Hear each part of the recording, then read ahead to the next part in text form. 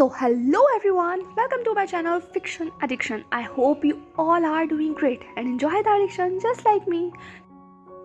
चलिए तो ज़्यादा बकबक ना करते हुए ब्लीडेड हार्ट का नेक्स्ट चैप्टर स्टार्ट करते हैं।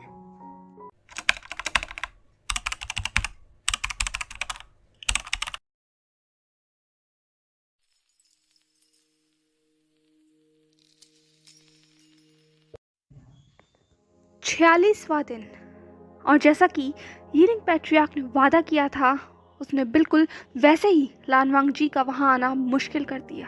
मुश्किल ही नहीं, बहुत मुश्किल।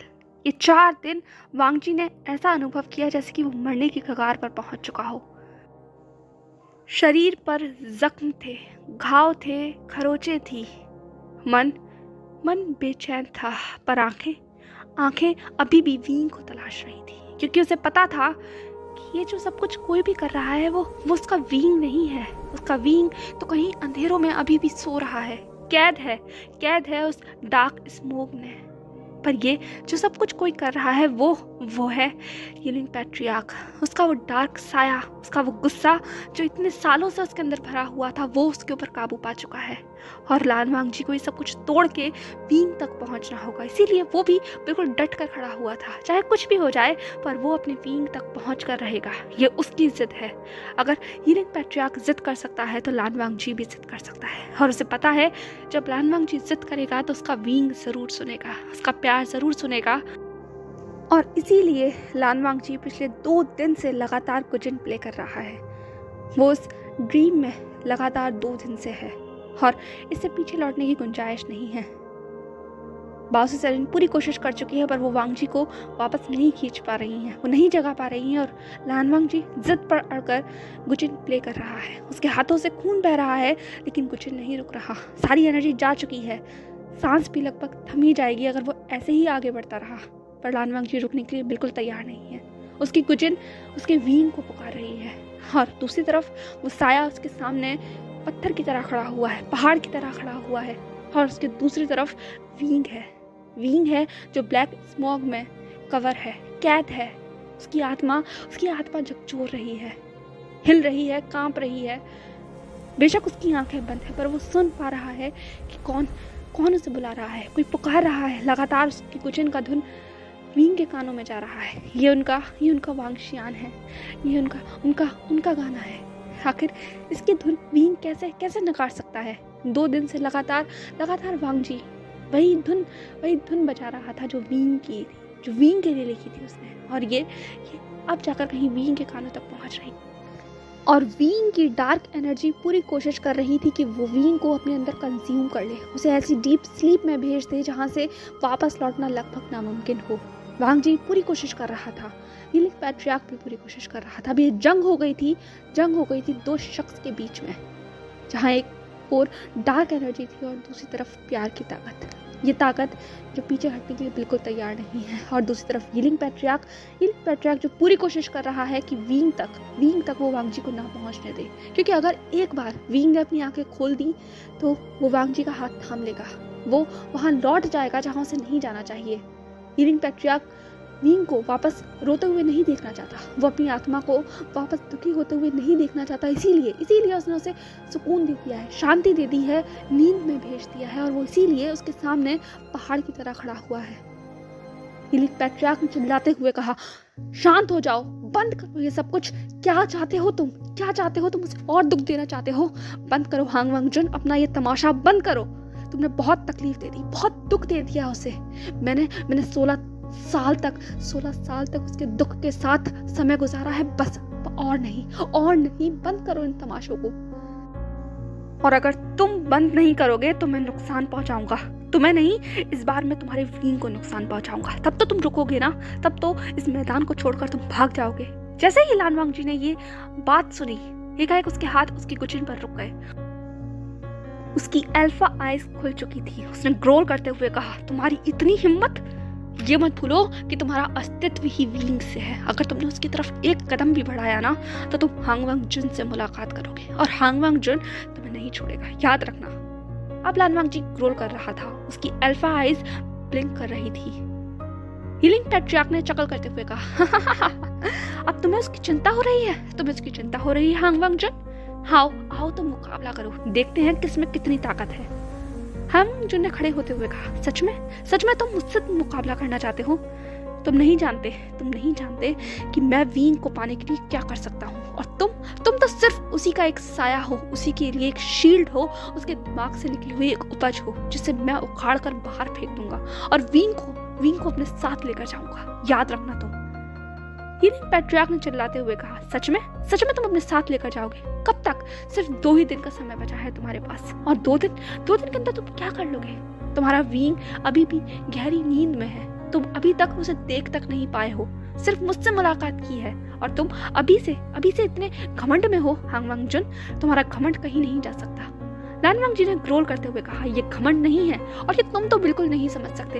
तुम क्या हो? तुम एक अंधेरा हो, अंधेरा, वींग के दिल का अंधेरा, जो अब शख्सियत ले चुका है। जब वींग ने अपनी आंखों को बंद कर लिया है, क्या जब वींग अपनी आंखें खोलेगा तब भी तुम उसके ऊपर हुकूमत कर सकोगे? तुम खुद कमजोर हो, डरे हुए हो, घबराए हुए हो, इसीलिए बौखला रहे हो। हांग वांग, अरे इतनी हिम्मत! अब वींग की पूरी बॉडी ब्लैक स्मोक से कवर हो चुकी थी। उसने अपनी फ्लूट को बाहर निकाला, अपनी चैंचिंग को अपने होठों पर रखा और बजाने लगा। लान वांगजी की आंखें और ज्यादा बड़ी हो गई, उसकी पूरी बॉडी कांपने लगी, क्योंकि ये हीलिंग पैट्रियार्क का सबसे स्ट्रॉन्ग मूव है। अगर चैंचिंग उसके होठों पर होगी तो उसे काबू करना लगभग नामुमकिन हो जाएगा, और वो वींग के साथ कितना ज्यादा खेल सकता है, इसी चीज का डर लान वांगजी को सता रहा था। पर वो भी पीछे नहीं हट सकता। वो सिर्फ अब एक ड्रीम नहीं रहा था, वो एक बैटल फील्ड बन गया था लान वांगजी और हीलिंग पैट्रियार्क के लिए। हीलिंग पैट्रियार्क जो वींग के दिमाग से ही निकला हुआ एक साया था, उसकी डार्क एनर्जी से बनी हुई एक ऐसी शील्ड थी जिसने उसे कवर कर रखा था, जिसने उसे ऐसी डीप स्लीप में भेज दिया था जहां से वींग तक पहुंचना जब ही मुमकिन हो पाएगा जब तक तुम हीलिंग पैट्रियार्क को कमजोर नहीं कर देते, उसे पीछे नहीं हटा देते। और उसे कमजोर करने का एक ही कड़ी थी, और वो थी वींग को नींद से जगाना। अगर वींग नींद से जागता जाएगा तो उसका दिमाग खुद ब खुद हीलिंग पैट्रियार्क को दबा देगा, उसे पीछे कर देगा, हर वांगजी को अपना हाथ थमा देगा। और यही हीलिंग पैट्रियार्क नहीं चाहता था। वो अपनी शख्सियत को दबाना नहीं चाहता था, वो वापस वो सब कुछ महसूस नहीं करना चाहता था, वो जो दर्द जो उसने इतने सालों तक जिया। इसीलिए वो वींग के इतने सामने आकर खड़ा हो गया था। वो हर चीज को वींग तक पहुंचने से रोक रहा था। वो एक शील्ड बन गया था, एक पहाड़ बन गया था, और इस वक्त वो लान वांगजी के दिमाग से खेल रहा था, क्योंकि उसे पता था कि जो कमजोरी है वही ताकत है। वींग ही इन दोनों की कमजोरी है और वींग ही इनकी ताकत है। अगर हांग वांगजुन वींग तक पहुंच जाता है तो हीलिंग पैट्रियार्क अपने आप ही हार जाएगा, और अगर हांग वांगजुन वींग को तकलीफ में देखेगा तो वो खुद ब खुद पीछे हट जाएगा। इसीलिए इस वक्त सब कुछ दिमाग से खेला जा रहा था। हीलिंग पैट्रियार्क की वो फ्लूट उस पूरे ड्रीम में बज रही थी, उस काले अंधेरे में उसकी वो फ्लूट और ज्यादा ताकतवर हो गई थी। वहीं दूसरी तरफ वांगजी भी पीछे नहीं था, उसने भी अपनी गुचिन को समन किया और बजाना शुरू किया। और अब 2 म्यूजिक एंटिटी आपस में लड़ रही थी, वो धुन आपस में टकरा रही थी। वींग की बांसुरी से निकली हुई वो धुन और लान वांगजी की गुचिन से निकली हुई वो धुन। एक तरफ गुचिन से निकली हुई वाइट प्योर स्पिरिचुअल एनर्जी और दूसरी तरफ वींग की चैंचिंग से निकली हुई वो डार्क एनर्जी। दोनों म्यूजिक आपस में क्लैश कर रहे थे। वो ड्रीम सच में एक बैटल फील्ड बन गया था। दोनों ताकतें एक दूसरे के ऊपर हावी होने के लिए पूरी तरीके से तैयार थी, कोई भी पीछे हटने के लिए तैयार नहीं था। हर बीतते सेकंड के साथ चैंचिंग और ज्यादा बेकाबू हो रही थी, और वहीं दूसरी तरफ लान वांगजी भी पीछे नहीं था। उसने भी अपनी गुचिन के ऊपर अपनी उंगलियों की रफ्तार को तेज किया। देखते ही देखते दोनों लगभग अपनी एनर्जी का बहुत बड़ा हिस्सा वहां खर्च कर चुके थे। बस फर्क ये था कि लान वांगजी के अंदर जो स्पिरिचुअल एनर्जी थी वो धीरे धीरे अपनी मकाम को नीचे की तरफ कर रही थी, जैसे जैसे वो अपनी स्पिरिचुअल एनर्जी को इस्तेमाल कर रहा था। और वहीं दूसरी तरफ हीलिंग पैट्रियार्क और ज्यादा पावरफुल होता चला जा रहा था। पर अचानक से जैसे सब कुछ उल्टी दिशा में बहने लग गया हो। लान वांगजी ने एकाएक अपने गुचिन के ऊपर जो म्यूजिक प्ले कर रहा था उसकी धुन बदल दी। अब धुन किसी और दिशा में बहने लग गई। हीलिंग पैट्रियार्क अभी भी अपनी बेहोशी में चैंचिंग के साथ अपनी धुन पर काबिज था। उसे समझ नहीं आया कि अचानक से लान वांगजी ने जो बदलाव किया, और जब तक वो बदलाव किया तब तक बहुत देर हो चुकी थी, क्योंकि लान वांगजी ने अपनी उस धुन को अब वार हीलिंग पैट्रियार्क के ऊपर नहीं किया, बल्कि अब उसने अपनी गुचन से वींग के उस सपने में पहुंचने का सफर तय किया। वो वींग के दिमाग तक पहुंच रहा था और हीलिंग पैट्रियार्क अभी भी यही सोच रहा था कि लड़ाई चल रही है, उन दोनों के बीच में उनकी एनर्जी का क्लैश हो रहा है और वो अपनी आंखों को बंद कर सिर्फ चैनचिंग के ऊपर ही फोकस कर रहा था। और वहीं दूसरी तरफ लान वांगजी ने अपनी आखिरी सांस तक सब कुछ लगा दिया और एक फट से आवाज हुई। जो शील्ड हीलिंग पैट्रियार्क ने तैयार की थी वो शील्ड क्रैक हो गई और जैसे ही लान वांगजी की वो खून भरी उंगलियां गुचिन के ऊपर आखिरी स्ट्रिंग को फेंका, वैसे ही वो शील्ड पूरी तरीके से तबाह हो गई और सामने का नज़ारा लान वांगजी देखना चाहता था। आखिरकार उसकी सारी मेहनत का फल उसे सामने नजर आ रहा था। पर ये नज़ारा बहुत अजीब था, बहुत दुख तकलीफ देने वाला था। लान वांगजी को अपनी आंखों पर यकीन नहीं आया और दूसरी तरफ हीलिंग पैट्रियार्क के चिल्लाने की आवाज़ आई, नहीं। वो आवाज़ पूरी ड्रीम में गूंज गई थी, उस सन्नाटे के अंदर गूंज गई। पर लान वांगजी के कदम आगे बढ़ने लगे और वींग को देखने लगे। वींग जो कि डार्क एनर्जी में कंज्यूम था, उसकी वो सोल वहां नजर आ रही थी। लान वांगजी अपनी आंखों के सामने देख सकता था कि किस तरीके से उस काले धुएं ने वींग को पूरी तरीके से जकड़ रखा है। पर वींग के चेहरे के ऊपर जो भाव हैं वो बता रहे हैं कि वो धीरे धीरे जागना चाह रहा है। लान वांगजी अब पीछे नहीं हट सकता। उसने चिल्लाकर कहा, वींग उठो, देखो मैं हूं तुम्हारा लानजान आया है, वींग आंखें खोलो। आज जाकर लान वांगजी ने वींग की शक्ल को देखा था, उसकी आत्मा को देखा था, उसकी सोल को देखा था और ये चीज लान वांगजी खुद महसूस कर सकता था। पर ये इतना आसान नहीं था, क्योंकि लान वांगजी ने यहाँ तक पहुंचने के लिए अपनी सारी स्पिरिचुअल एनर्जी को लगा दिया था। इसीलिए उसके पास अब बिल्कुल ताकत नहीं बची थी कि वो वींग के सामने खड़ा हो सके। और वींग की डार्क एनर्जी ने लान वांगजी को इतनी जोर से पुश किया कि वो एकाएक इंसान बर्नर के थ्रू बाहर वापस आ गया था। लान वांगजी की सोल वापस आ गई। लान वांगजी ने चीखते हुए कहा, वींग नहीं। पर लान वांगजी ऑलरेडी उस ड्रीम से बाहर आ गया था। बाहर बासु सरेन और लैन शिचेन खड़े हुए थे। बासु सरेन ने लान वांगजी के कंधों को पकड़ते हुए कहा, तुम पागल हो गए हो क्या, मरना चाहते हो? पर लान वांगजी किसी को सुनने के लिए तैयार नहीं था। वो अभी भी वहीं भागना चाहता था, उस ड्रीम में वापस जाना चाहता था। वो ऐसे वींग को नहीं छोड़ सकता। उसने कहा, नहीं, मुझे छोड़ो, मुझे वापस जाना है, मुझे वापस भेजो, मुझे वापस भेजो। मास्टर प्लीज आखिरी बार मेरा वींग वही था। मैंने देखा, मैंने उसे देखा। मुझे वापस जाना है, मुझे वापस भेजिए। लगातार लान वांगजी एक ही चीज को बड़बड़ाए चले जा रहा था और बासु सरेन और लैन शिचेन दोनों ही परेशान हो चुके थे, क्योंकि ये इस वक्त अगर जो वांगजी की हालत है ऐसे ही रही तो वांगजी अपना मानसिक संतुलन भी खो सकता है। बासु सरेन ने कहा, क्या तुम पागल हो गए हो? तुम वापस जाना चाहते हो?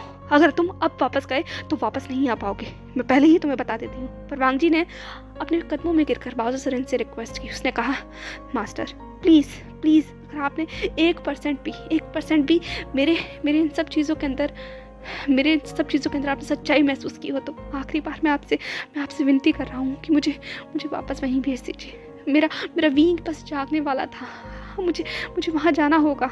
वो वहीं है, मैंने उसे देख लिया, मैंने उसे महसूस किया है। मुझे भेज दीजिए। मैं आपसे वादा करता हूँ, मैं वींग को ले आऊँगा।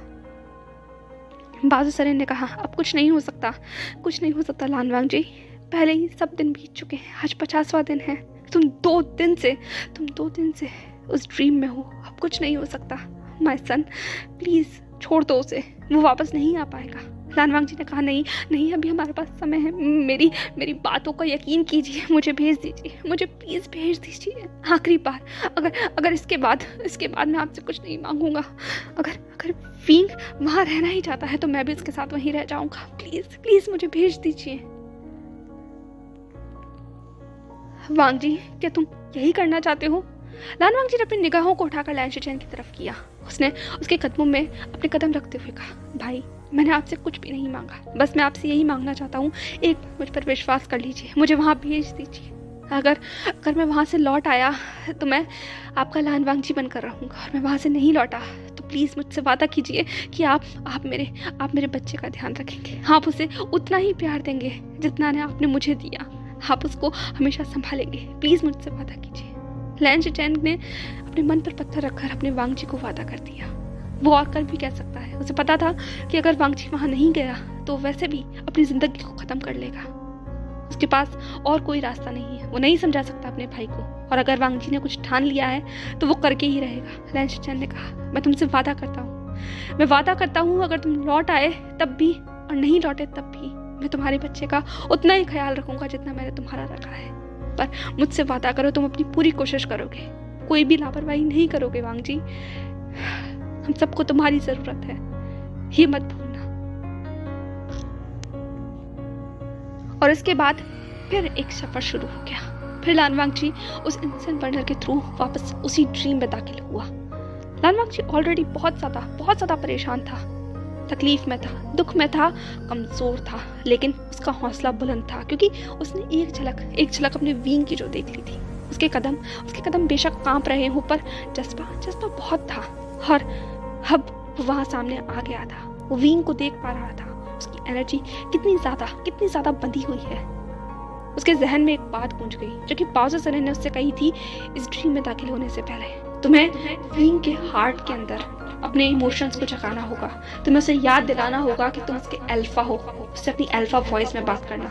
तुम्हारा ओमेगा तुम्हें जवाब देगा क्योंकि तुम मेटेड हो, तुम वेटेड पार्टनर हो। अगर तुम अपनी अल्फा वॉइस का इस्तेमाल करोगे तो ओमेगा तुम्हारे कंट्रोल में आ जाएगा। अपनी अल्फा को बाहर निकालो।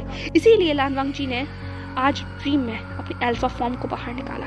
उसने अपने फैंग्स को बाहर निकाला और वापस एक गोल्डन ड्रैगन उस ड्रीम लैंड के अंदर अपने कदम को रख चुका था। वो गोल्डन ड्रैगन उस ड्रीम के अंदर, उस सन्नाटे के अंदर अपनी आवाज से चीख रहा था, चिल्ला रहा था। लान वांगजी ने अपने कदमों को वींग के उस सोल के सामने रखा। उसने ग्रॉल करते हुए कहा, उठो, तुम्हें उठना होगा, तुम्हारा अल्फा तुम्हें बुला रहा है। वींग की आंखें अभी भी बंद थीं, पर उसके चेहरे के ऊपर हल्के से शिकन के भाव नजर आए। लान वांगजी ने और तेज आवाज में कहा, मैंने कहा उठो। तुम्हें आवाज नहीं सुनाई दे रही? तुम्हारा अल्फा तुम्हें बुला रहा है, और अगर तुम नहीं उठोगे तो याद रखना ये अल्फा तुम्हें नहीं माफ करेगा। लान वांगजी धीरे धीरे बहुत एग्रेसिव हो रहा था। उसके फेरोमोन्स रिएक्ट कर रहे थे। उसे नहीं पता था कि इस ड्रीम में उसके फेरोमोन्स काम करेंगे या नहीं, लेकिन वो अपनी हर कोशिश कर देना चाहता था। इसीलिए उसने अपने सारे फेरोमोन्स को रिलीज करना शुरू किया। हर तरीके के फेरोमोन उस हवा में बह रहे थे। एग्रेसिव फेरोमोन्स, लस्ट से भरे हुए फेरोमोन, कंट्रोल करने वाले फेरोमोन, और ये फेरोमोन धीरे धीरे वींग के सोल तक भी पहुंच रहे थे। न जाने क्या एहसास था, वींग के शरीर के अंदर एक हलचल हो रही थी, उस सोल के अंदर एक हलचल हो रही थी।